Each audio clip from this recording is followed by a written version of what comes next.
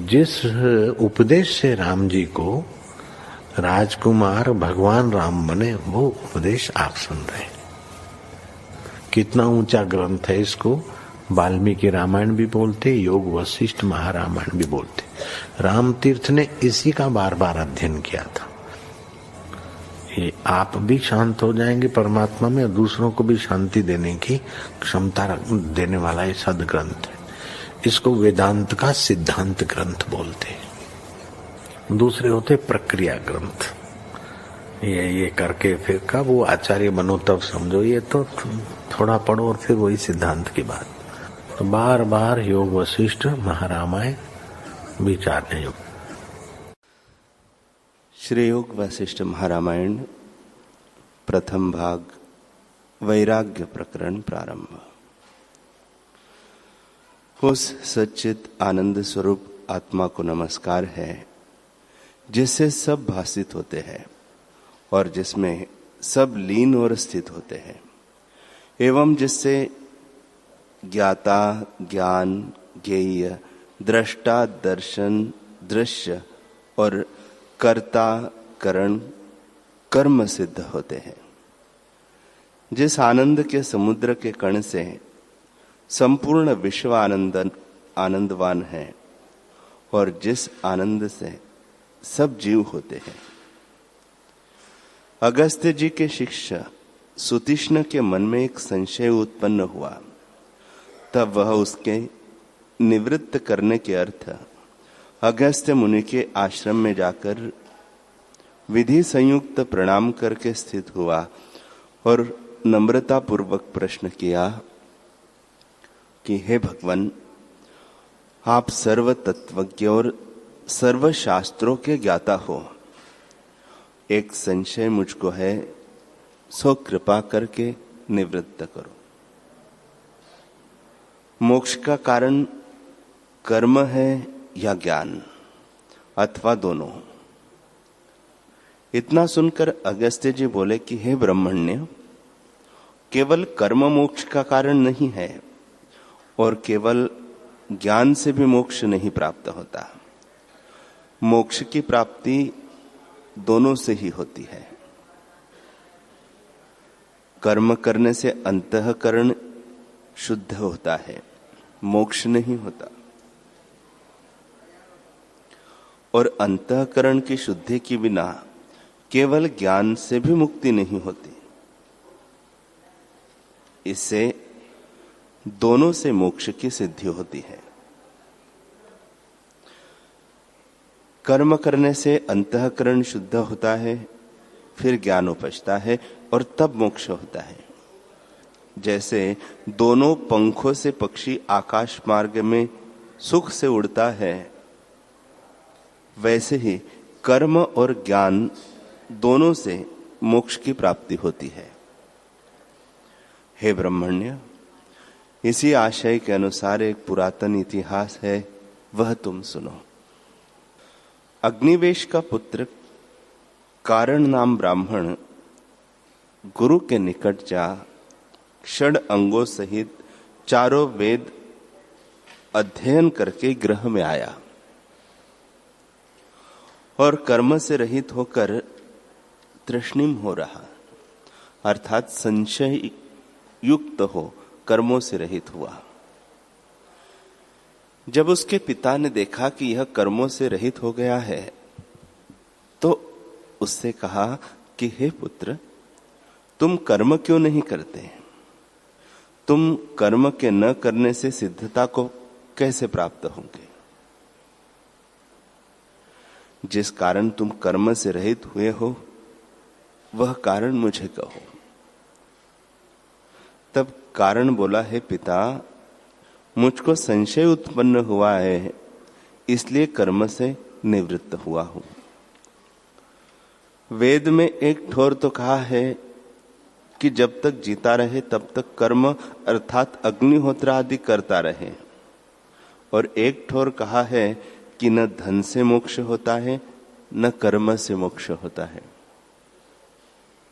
न पुत्र आदि से मोक्ष होता है, और न केवल त्याग से ही मोक्ष होता है।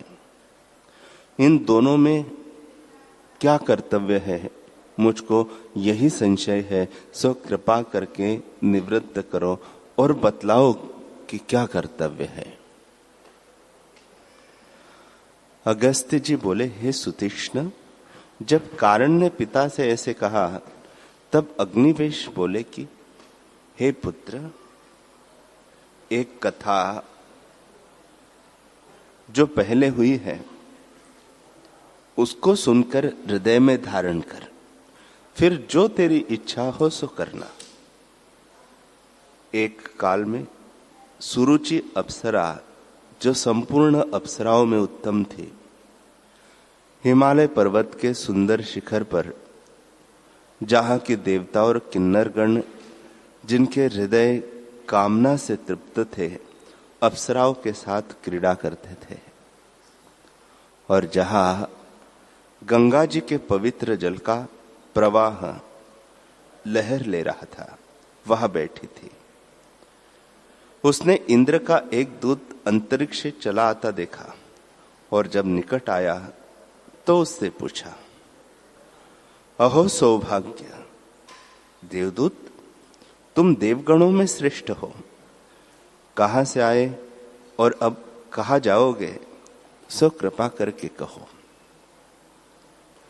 देवदूत बोले, हे सुभद्रे, अरिष्टनेमि नामक एक धर्मात्मा राजर्षि ने अपने पुत्र को राज्य देकर वैराग्य लिया और संपूर्ण विषयों की अभिलाषा त्याग करके गंधमादन पर्वत में जाकर तप करने लगा। उसी से मेरा एक कार्य था और उस कार्य के लिए मैं उसके पास गया था। अब इंद्र के पास, जिसका मैं दूत हूं, संपूर्ण वृत्तांत निवेदन करने को जाता हूं। अप्सरा ने पूछा, हे भगवान, वह वृत्तांत कौन सा है, मुझसे कहो। मुझको तुम अति प्रिय हो यह जानकर पूछती हूं। महापुरुषों से जो कोई प्रश्न करता है तो वे उद्वेग रहित होकर उत्तर देते हैं। तब देवदूत बोला, हे भद्रे, वह वृत्तांत मैं विस्तार पूर्वक तुमसे कहता हूं, मन लगाकर सुनो। जब उस राजा ने गंधमादन पर्वत पर बड़ा तप किया, तब देवताओं के राजा इंद्र ने मुझको बुलाकर आज्ञा दी कि हे दूत, तुम गंधमादन पर्वत पर जो नाना प्रकार की लताओं और वृक्षों से पूर्ण है, विमान, अप्सरा और नाना प्रकार की सामग्री एवं गंधर्व, यक्ष, सिद्ध, किन्नर, ताल, मृदंग आदि संग ले जाकर राजा को विमान पर बैठा के यहां ले आओ। तब मैं विमान और सामग्री सहित जहां राजा था आया और राजा से कहा कि हे राजन, तुम्हारे कारण विमान ले आया हूं, इस पर आरूढ़ होकर तुम स्वर्ग को चलो और देवताओं के भोग भोगो। इतना सुनकर राजा ने कहा कि हे देवदूत, प्रथम तुम स्वर्ग का वृत्तांत मुझसे कहो कि तुम्हारे स्वर्ग में क्या दोष और गुण है, तो उनको सुन के मैं हृदय में विचारूं। पीछे जो मेरी इच्छा होगी तो चलूंगा। मैंने कहा, हे राजन, स्वर्ग में बड़े बड़े दिव्य भोग है। जीव बड़े पुण्य से स्वर्ग को पाता है। जो बड़े पुण्य वाले होते हैं वे स्वर्ग के उत्तम सुख को पाते हैं। जो मध्यम पुण्य वाले हैं वे स्वर्ग के मध्यम सुख को पाते हैं, और जो कनिष्ठ पुण्य वाले हैं वे स्वर्ग के कनिष्ठ सुख को पाते हैं। जो गुण स्वर्ग में है वे तो तुमसे कहे, अब स्वर्ग के दोष है वे भी तुम सुनो। हे राजन, जो आपसे ऊंचे बैठे दृष्टि आते हैं और उत्तम सुख भोगते हैं, उनको देखकर ताप की उत्पत्ति होती है, क्योंकि उनकी उत्कृष्टता सही नहीं जाती। जो कोई अपने समान सुख भोगते हैं, उनको देखकर क्रोध उपजता है कि वे मेरे समान क्यों बैठे हैं, और जो आपसे नीचे बैठे हैं, उनको देखकर अभिमान उपजता है कि मैं इनसे श्रेष्ठ हूं। एक और भी दोष है कि जब पुण्य क्षीण होते हैं, तब जीव को उसी काल में मृत्यु लोक में गिरा देते हैं, एक क्षण भी नहीं रहने देते। यही स्वर्ग में गुण और दोष है। हे भद्रे, जब इस प्रकार मैंने राजा से कहा, तो राजा बोला कि हे देवदूत, उस स्वर्ग के योग्य हम नहीं हैं और हमको उसकी इच्छा भी नहीं है। जैसे सर्प अपनी त्वचा को पुरातन जानकर त्याग देता है, वैसे ही हम उग्र तप करके यह देह त्याग देंगे। हे देवदूत, तुम अपने विमान को जहां से लाए हो वही ले जाओ, हमारा नमस्कार है। हे देवी, जब इस प्रकार राजा ने मुझसे कहा, तब मैं विमान और अप्सरा आदि सबको लेकर स्वर्गों को गया और संपूर्ण वृत्तांत मैंने इंद्र से कहा।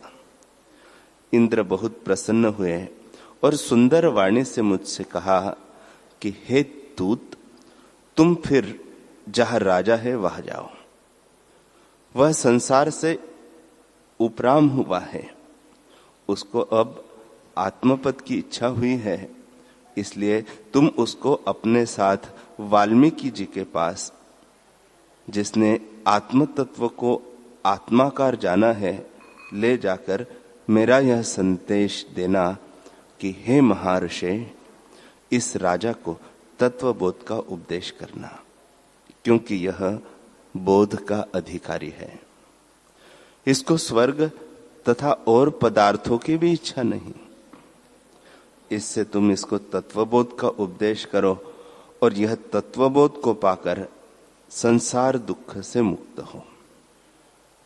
हे भद्रे, जब इस प्रकार देवराज ने मुझसे कहा, तब मैं वहां से चलकर राजा के निकट आया और उससे कहा कि हे राजन, तुम संसार समुद्र से मोक्ष होने के निमित्त वाल्मीकि जी के पास चलो, वे तुमको उपदेश करेंगे। उसको साथ लेकर मैं वाल्मीकि जी के स्थान पर आया और उस स्थान में राजा को बैठा और प्रणाम कर इंद्र का संदेश दिया। तब वाल्मीकि जी ने कहा, हे राजन, कुशल तो है? राजा बोले, हे भगवान, आप परम तत्वज्ञ और वेदांत के जानने वालों में श्रेष्ठ है। मैं आपके दर्शन करके कृतार्थ हुआ और अब मुझको कुशलता प्राप्त हुई है। मैं आपसे पूछता हूं, कृपा करके उत्तर दीजिए कि संसार बंधन से कैसे मुक्ति हो। इतना सुनकर वाल्मीकि जी बोले कि हे राजन, महारामायण औषध तुमसे कहता हूं, उसको सुन के उसका तात्पर्य हृदय में धारने का तुम यत्न करना। जब तात्पर्य हृदय में धारोगे, तब जीवन मुक्त होकर विचरोगे। हे राजन, वह वशिष्ठ जी और रामचंद्र जी का संवाद है और उसमें मोक्ष का उपाय कहा है। उसको सुनकर जैसे रामचंद्र जी अपने स्वभाव में स्थित हुए और जीवन मुक्त होकर विचरे हैं, वैसे ही तुम भी विचरोगे।